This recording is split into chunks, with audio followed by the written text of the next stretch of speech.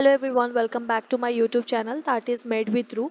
सो आज की क्लास में बेसिकली हम लोग पढ़ने जा रहे हैं सेल के बारे में कंप्लीट। और मैं बताती चलूँ कि इस चैनल पे अभी आपका जितना भी complete lecture, even the important topics और कितना रिक्वायरमेंट है आपको पढ़ने के लिए फर्स्ट ईयर में या फर्स्ट सेमेस्टर में, आपको एनाटॉमी फिजियोलॉजी या फिर आपका नर्सिंग फाउंडेशन हो गया, जो भी इंपॉर्टेंट टॉपिक्स होंगे वो हम कवर कराएंगे। ठीक है बेसिकली। और लास्ट में एक और चीज़ मैं ऐड कर दूं कि वीडियो के लास्ट में मैं कुछ इंपॉर्टेंट क्वेश्चन भी बताऊंगी जो कि आपको डायरेक्ट आपके यूनिवर्सिटी एग्जाम में पूछे जाते हैं। तो either you are from ABVMU university, integral university, Era university, या फिर आप कि झारखंड के किसी यूनिवर्सिटी से हो, आसाम के किसी यूनिवर्सिटी से हो, महाराष्ट्र से हो, यूपी से हो, बिहार से हो। So this video is going to be useful for your university examination purpose. Okay, so without wasting of time let's start the video. ये एक मास्टर क्लास है, वन शॉट होने वाला है, anatomy and physiology about the cell. ठीक है, cell का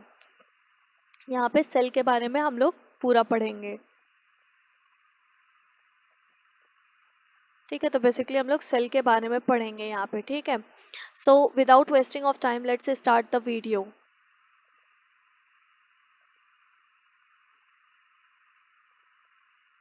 ठीक है, सबसे पहले हम लोग जान ले रहे हैं your first year builds your clinical foundation. ठीक है, जो कि आपका जो फर्स्ट ईयर है वो आपका बिल्ड करता है, ठीक है, आपके क्लिनिकल फाउंडेशन को। ठीक है, इसमें आप क्या पढ़ते हो बेसिकली, एनाटॉमी फिजियोलॉजी, ठीक है, nursing foundation, psychology and sociology, nutrition and biochemistry, ये पूरा फर्स्ट ईयर का है। ठीक है, BSc nursing prepares you to provide a safe, scientific and compassionate patient care. ठीक है, BSc नर्सिंग प्रिपेयर करता है आपको एक अच्छा और बेटर नर्स बनने के लिए, जो कि कंपैसिनेट हो पेशेंट की केयर में और साइंटिफिक वे में हो, सेफ्टी के साथ हो। ठीक है, first year is your foundation. आपकी देखो घर बनता है तो एक नींव रखी जाती है, ठीक है, फाउंडेशन होता है। सो वैसे ही जो आपका एनाटॉमी फिजियोलॉजी है, आपका जो नर्सिंग फाउंडेशन है, फंडामेंटल ऑफ नर्सिंग जिसको बोलते हैं, साइकोलॉजी, सोशियोलॉजी है, न्यूट्रिशन एंड बायोकेमिस्ट्री, ये सारे सब्जेक्ट यानी कि आपका फर्स्ट ईयर जो है वो फाउंडेशन है। ठीक है, if your basics are strong, complex subject become easy. अगर आपका बेसिक स्ट्रॉन्ग होगा तो आपका जो कॉम्प्लेक्स सब्जेक्ट होगा ना, वो बहुत ईजी हो जाएगा। ठीक है, तो चलिए आगे पढ़ते हैं। अभी यहाँ पे आपका माइंडसेट जो है, ठीक है, हमको पता है कि हम 12th 9th 10th पूरा NCERT सिलेबस को फॉलो करते हुए आए हैं। ठीक है, जिसमें हम जनरल बायोलॉजी में पढ़ते हैं heavy focus on plant cell and botany. जैसे कि बॉटनी के बारे में दो डिवाइड हो जाता है। ठीक है, ये जो बायोलॉजी होती है वो दो भाग में डिवाइड हो जाती है आपकी। एक हो जाती है जूलॉजी, ठीक है, दूसरी हो जाती है आपकी बॉटनी। ठीक है, दो भाग में डिवाइड हो जाती है। बट अभी आपको क्या करना है कि अभी आपको पढ़ाई करना है based on the INC syllabus. ठीक है, INC जो क्या, उसका फुल फॉर्म क्या है, इंडियन नर्सिंग काउंसिल सिलेबस के बेस पे आपको पढ़ाई करना है, जिसमें आप पढ़ेंगे ह्यूमन क्लिनिकल फोकस। ठीक है, ह्यूमन के क्लिनिकल फोकस पे and strict focus on the animal and human cells. यानी कि यहाँ पे जहाँ पे हम लोग प्लांट सेल के बारे में पढ़ते थे NCERT की बायोलॉजी में, बट अभी जो हम पढ़ेंगे वो सिर्फ और सिर्फ एनिमल और ह्यूमन के सेल्स के स्ट्रक्चर और उसके फंक्शन के बारे में पढ़ेंगे। ठीक है, सो अभी बात कर लेते हैं कि एनाटॉमी एंड फिजियोलॉजी क्या है।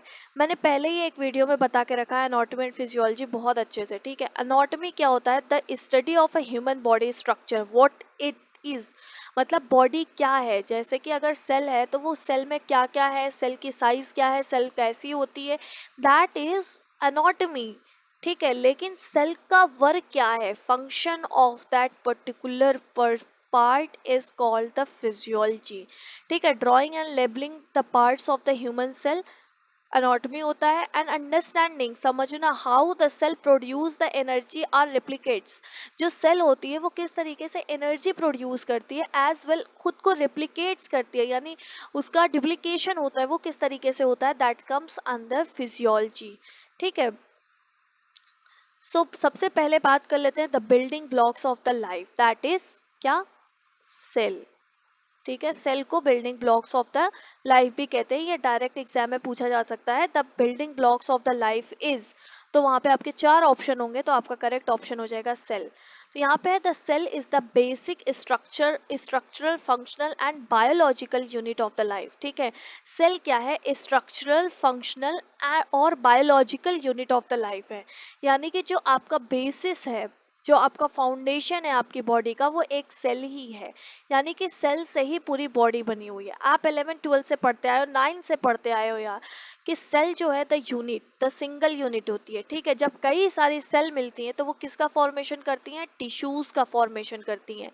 ठीक है, और ग्रुप ऑफ द टिश्यूज क्या बनाते हैं? ऑर्गन्स बनाते हैं। लाइक आपका हार्ट हो गया, आपका ब्रेन हो गया, आपका डाइजेस्टिव सिस्टम में स्टमक्स हो गए। ठीक है, ये सारे जो होते हैं वो ऑर्गन होते हैं। फिर यही जो ऑर्गन है वो मिलकर के पूरा एक सिस्टम बना देते हैं, जैसे कि कार्डियोवैस्कुलर सिस्टम। उसमें आप क्या क्या आ जाएगा?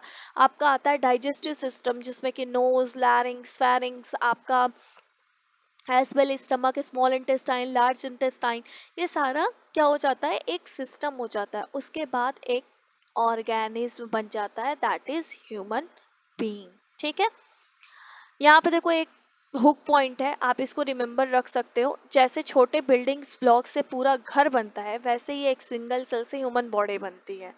ठीक है, होप यू अंडरस्टैंड दिस। आगे नेक्स्ट चलते हैं, द पॉयनियर्स ऑफ साइटोलॉजी। ये बहुत ज़्यादा इंपॉर्टेंट है। स्पेशली पूछा जाता है कि जो सेल है वो किस ईयर में मतलब खोज की गई थी सेल की। That is 1665। सबसे पहले रॉबर्ट हुक नाम के एक साइंटिस्ट थे जिन्होंने डिस्कवर्ड किया था। लेकिन यहाँ पे जो रिमेंबर रखने वाली बात है, वो ये याद रखने वाली बात ये है कि dead cell in the tree bark. ठीक है, बाग के एक पेड़ की जो सेल थी, जो कि मरी हुई सेल थी, उस पे इन्होंने डिस्कवर्ड किया था। और रॉबर्ट हुक को ही फादर ऑफ साइटोलॉजी भी कहा जाता है। ठीक है, उसके बाद एंटोन वॉन ल्यूवेनहॉक आए 1674 में, जिन्होंने ऑब्जर्व किया लिविंग सेल्स को, यानी कि बैक्टीरिया और प्रोटोजोआ को। ठीक है, फादर ऑफ साइटोलॉजी अगर बोला जाए तो वो होते हैं रॉबर्ट हुक, लेकिन फादर ऑफ लिविंग सेल बोला जाए अगर, तो वो है एंटोन वॉन ल्यूवेनहॉक। ये बहुत ऐसे एमसीक्यू यहाँ से बनते हैं। ठीक, उनके बाद आए थे रॉबर्ट ब्राउन, जो कि न्यूक्लियस का इन्होंने डिस्कवर्ड किया था। न्यूक्लियस आपको पता होगा कि न्यूक्लियस क्या होता है, जैसे कि ये एक कोई सेल है। ठीक है, तो ये सेल के ये बीच में जो होता है ये न्यूक्लियस होता है। अब न्यूक्लियस में क्या होता है? आपका डीएनए होता है, यानी न्यूक्लिक जो आपके होते हैं, जो कि आपके जो आपके जीन्स वगैरह होते हैं, वो डीएनए जो होता है वो आपका न्यूक्लियस में ही पाया जाता है। जो क्रोमोसोम वगैरह होते हैं वो न्यूक्लियस में ही पाए जाते हैं। ठीक है, अब डीएनए आपको पता है कि 2 मीटर स्ट्रक्चर होता है। ठीक है, उसको अगर देखा जाए तो वो 2 मीटर स्ट्रक्चर का होता है। ठीक, उसके बाद आता है 1838 टू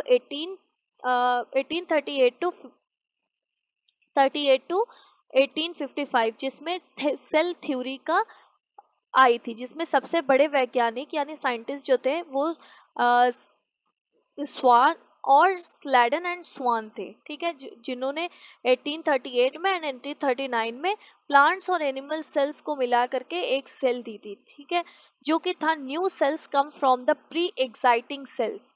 वर्चू जो 1855 में थे, उन्होंने एक थ्योरी दी, एक स्टेटमेंट पास किया, new cells come from the pre existing cells. ये डायरेक्ट आता है एग्जाम में। ठीक है, इसको रिमेंबर रखना, याद रखना। नाउ नेक्स्ट बात कर लेते हैं यहाँ पे यूनिसेल्यूलर एंड मल्टी सेल्यूलर की।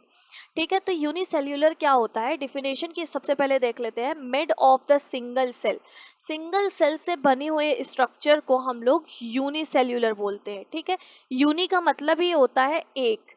ठीक है, और सेल, सेल का मतलब आपको पता ही है। अब मल्टी का मतलब होता है बहुत सारी। ठीक है, तो यानी बैक्टीरिया जो होते हैं वो आपके यहाँ पे देखो, one cell like perform like a task, digestion, respiration, energy. Example में आपका यहाँ पे आ गया बैक्टीरिया या फिर इकोलाई, सर्चिया कोलाई। ठीक, यहाँ पे specialized cells perform specific coordinated function like nerve cells send the signals, nephron, filters.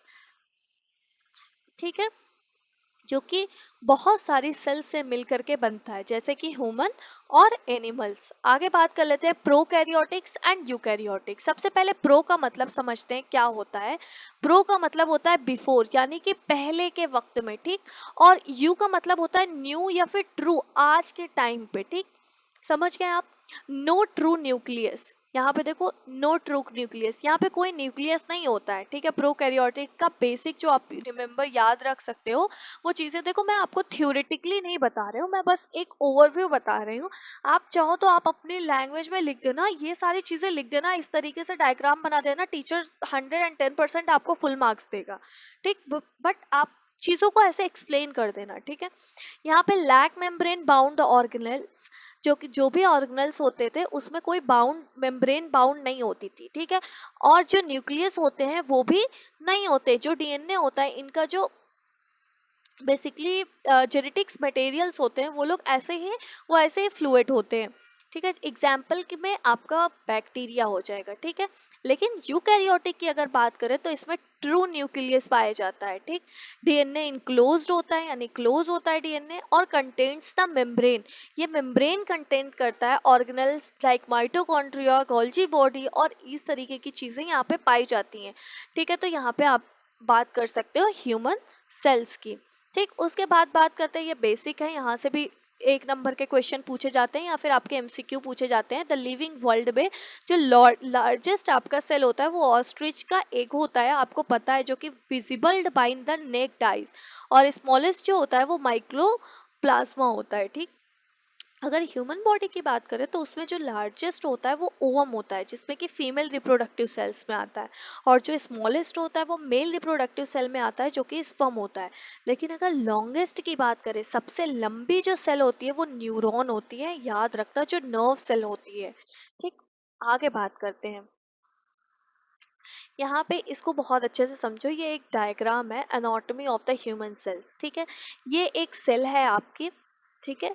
ये आपकी ये एक पूरी सेल है, ठीक। इस सेल में आप यहाँ पे देख सकते हो, ये जो आपका है, यहाँ से ये बेसिकली आपका ये दो पार्ट है, ये आपका न्यूक्लियस है और ये आपका न्यूक्लियोलस है, ठीक है। न्यूक्लियस किसको बोलते हैं, न्यूक्लियर इनवेलप ये कह लो, जो कि शील्ड होता है अराउंड द न्यूक्लियस, ठीक। यहाँ पे न्यूक्लियस और न्यूक्लियोलस क्या होता है, the central control room holding the DNA, ठीक है। सेंट्रल कंट्रोल रूम जिसको बोलते हैं, जो कि डीएनए को होल्ड करता है, ठीक। यहाँ पे उसके बाद बात कर लेते हैं साइटोप्लाज्म क्या होता है, ठीक। आपको ऊपर मैं एक स्ट्रक्चर बना के दिखा रही हूँ। यहाँ पे ये जो होता है आपका डीएनए हो गया, ठीक है। इसमें ये जो आपका हो गया, ये आपका न्यूक्लियस हो गया। एज वेल ये वाला जो पार्ट है, मैं कलर चेंज कर दे रही हूँ एक बार, ये वाला जो पार्ट है आपका, इसमें ये पार्ट जो हो जाएगा आपका, ये बेसिकली होता है आपका साइटोप्लाज्म, ठीक है। और ये जो होता है, अभी इसी में बात कर लेते हैं माइटोकॉन्ड्रिया। यहाँ पे आपके माइटोकॉन्ड्रिया आते हैं, माइटोकॉन्ड्रिया होता है, गोल्जी बॉडी होता है, ठीक है। और ऐसे बहुत सारे स्ट्रक्चर्स होते हैं, ठीक है, इस तरीके से होते हैं, ठीक। साइटोप्लाज्म हो गया। यहाँ पे देखो आप, यहाँ पे सेल मेम्ब्रेन, जो उसमें कई लेयर होती हैं आपको पता है, ठीक है।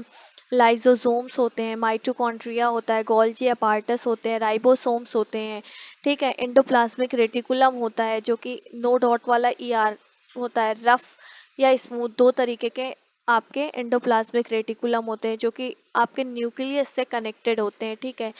तो ये बेसिकली एक स्ट्रक्चर होता है, ठीक। इसके बाद बात कर लेते हैं organelle physiology, who does what, ठीक है। माइटोकॉन्ड्रिया जो सबसे पहला है वो होता है energy production, the power house of the cell जिसको बोला जाता है, ठीक। दूसरा आता है आपका लाइसोसोम, जो कि वेस्ट डिस्पोजल यानी सुसाइडल बैग भी जिसको बोलते हैं, ठीक है। तीसरा आता है न्यूक्लियस।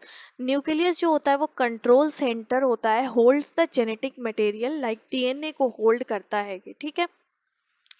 इसमें सेल मेम्ब्रेन होती है, जो कि सिक्योरिटी गार्ड की तरह वर्क करती है, जो कि कंट्रोल करती है बाहर से कोई भी चीज किस तरीके से अंदर आ रही है, या फिर अंदर आने से प्रिवेंट करती है या बाहर जाने से प्रिवेंट करती है बेसिकली, ठीक है। उसके बाद बात कर लेते हैं यहाँ पे राइबोसोम्स की, जो कि प्रोटीन सिंथेसिस फैक्ट्री होता है, प्रोटीन सिंथेसिस में हेल्प करता है, ठीक है। और उसके बाद आता है साइटोप्लाज्म, जो कि फ्लूइड मैट्रिक्स होता है, जो कि एवरीथिंग मतलब वो बेसिकली होल्ड करता है सारी चीज़ों को, लाइक लाइसोसोम है, माइटोकॉन्ड्रिया है, या न्यूक्लियस है, या सेल मेम्ब्रेन है, उसको होल्ड करता है उसके प्रॉपर प्लेस पे, ठीक है। होप ये समझ में आया होगा। ये एक बेसिक ओवरव्यू था क्लास का, ठीक है। ये बहुत ज़्यादा लेंदी नहीं था। होप आपको एक छोटा सा ओवरव्यू मिला होगा कि ये चीज़ें क्या होती हैं, यानी कि एक बार क्विक रिवीजन हम लोग कर लेते हैं। हम लोगों ने अभी तक क्या पढ़ा है? हम लोगों ने पढ़ा कि बेसिकली जो आपकी सेल थी उसकी डिस्कवरी किसने की थी? सेल सेल की जो डिस्कवरी थी,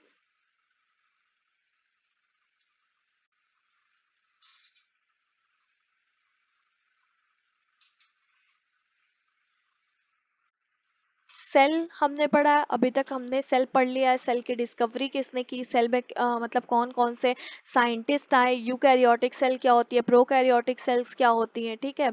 और मल्टी सेल्यूलर क्या होता है, यूनिसेल्यूलर क्या होता है, माइटोकॉन्ड्रिया, जितने भी है उसका एक ओवरव्यू हमने देखा है, ठीक है। और हमने एक स्ट्रक्चर पढ़ा है जो कि होता है बेसिकली आपका सेल का, ठीक है। सो आज की वीडियो अच्छी लगी हो। अगर अच्छी लगी हो वीडियो को तो लाइक शेयर एंड सब्सक्राइब कीजिएगा।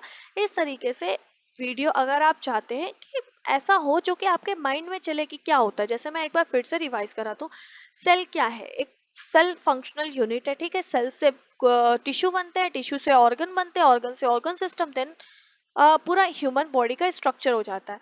अब यहाँ पे हमको क्या पढ़ना है? हमको बॉटनी नहीं पढ़नी है, हमको सिर्फ जूलॉजी पढ़नी है, यानी सिर्फ और सिर्फ हमको एक पर्सन के बारे में पढ़ना है, ठीक है, ह्यूमंस के बारे में पढ़ना है, ठीक। यहाँ पे एनाटॉमी फिजियोलॉजी आपको क्लियर है, व्हाट मतलब बॉडी का स्ट्रक्चर क्या है, दैट इज एनाटॉमी। और बॉडी का जो स्ट्रक्चर है उसका फंक्शन क्या होता है, बॉडी का फंक्शन क्या होता है, वो फिजियोलॉजी है, ठीक। अब यूनिसेल्यूलर मल्टी सेल्यूलर, यूनि का मतलब वन होता है, मल्टी का मतलब बहुत सारी सेल से मिलकर के बना हुआ, ठीक, जिसमें कि बैक्टीरिया आपके यूनिसेल्यूलर होते हैं, ह्यूमन आपके मल्टी सेल्यूलर होते हैं। यूकैरियोटिक प्रोकैरियोटिक आपको क्लियर है। यू मतलब प्रोकैरियोटिक मतलब प्रो मतलब पुराना या पहले का, ठीक है। और यू मतलब न्यू या फिर ट्रू, ठीक। अब इसमें डिफरेंस आपको पता है कि प्रो में न्यूक्लियस नहीं होता है, यू में न्यूक्लियस होता है। उसमें कोई भी आपकी मेम्ब्रेन नहीं होती है, यहाँ पे मेम्ब्रेन होती है। उसमें कोई भी ऑर्गेनेल्स नहीं होते हैं, प्रोकैरियोटिक्स यूकैरियोटिक्स में ऑर्गेनेल्स होते हैं। वहाँ पे जो डीएनए होता है वो किसी भी न्यूक्लियस के अंदर नहीं होता है, ठीक है। बट अगर प्रोकैरियोटिक की बात करें, यूकैरियोटिक की बात करें, तो यहाँ पे जो न्यूक्लियस है वो डीएनए जो है वो न्यूक्लियस में होता है, यानी जेनेटिक मटेरियल्स न्यूक्लियस में होता है, ठीक। सो यही सारे बेसिक जो आपके डिफरेंस होते हैं। उसके बाद उसका स्ट्रक्चर क्या है, यही सारे सवाल पूछे जाते हैं, बहुत ज़्यादा नहीं पूछा जाता है। इसमें जो बेसिक सवाल बनता है एनाटॉमी से 5 नंबर में या 2 नंबर में कभी कभी आता है, ड्रॉ द स्ट्रक्चर डायग्राम, ठीक है। फिर label parts clearly with the straight leader lines, यानी कि यही पूछा जाता है। और फिजियोलॉजी में ज़्यादा क्वेश्चन नहीं पूछे जाते हैं, ठीक है। बुलेट्स पॉइंट मतलब आपका जो भी है उसको बुलेट पॉइंट को हाईलाइट करना होता है, बट यहाँ पे कोई भी ऐसा फिजियोलॉजी से क्वेश्चन नहीं पूछे जाते हैं। हमेशा इस एनाटॉमी से क्वेश्चन पूछा जाता है, draw the structural diagram of the cell, जो कि 2 नंबर में आपसे पूछा जाता है। अब मैं बात कर दूं यहाँ पे आपकी बुक्स की, सेल्फ टेक्स्ट बुक जो होती है, सेल्फ टेस्ट के लिए आप यूज कर सकते हो बुक को, रिसोर्सेज को, ठीक है। यहाँ पे आपकी जो सबसे बेस्ट बुक है वो रोशन विल्सन की है, एनाटॉमी एंड फिजियोलॉजी की, जो द बेस्ट बुक मानी जाती है। बहुत ही ईजी लैंग्वेज में, एक्सेसिबल भी है, और आप अपनी लाइब्रेरी से जाकर के निकाल सकते हो। सो होप सो आज की वीडियो अच्छी लगी हो। मिलते हैं नेक्स्ट लेक्चर में, तब तक के लिए थैंक यू। लाइक शेयर और सब्सक्राइब ज़रूर कीजिएगा चैनल को। Bye bye.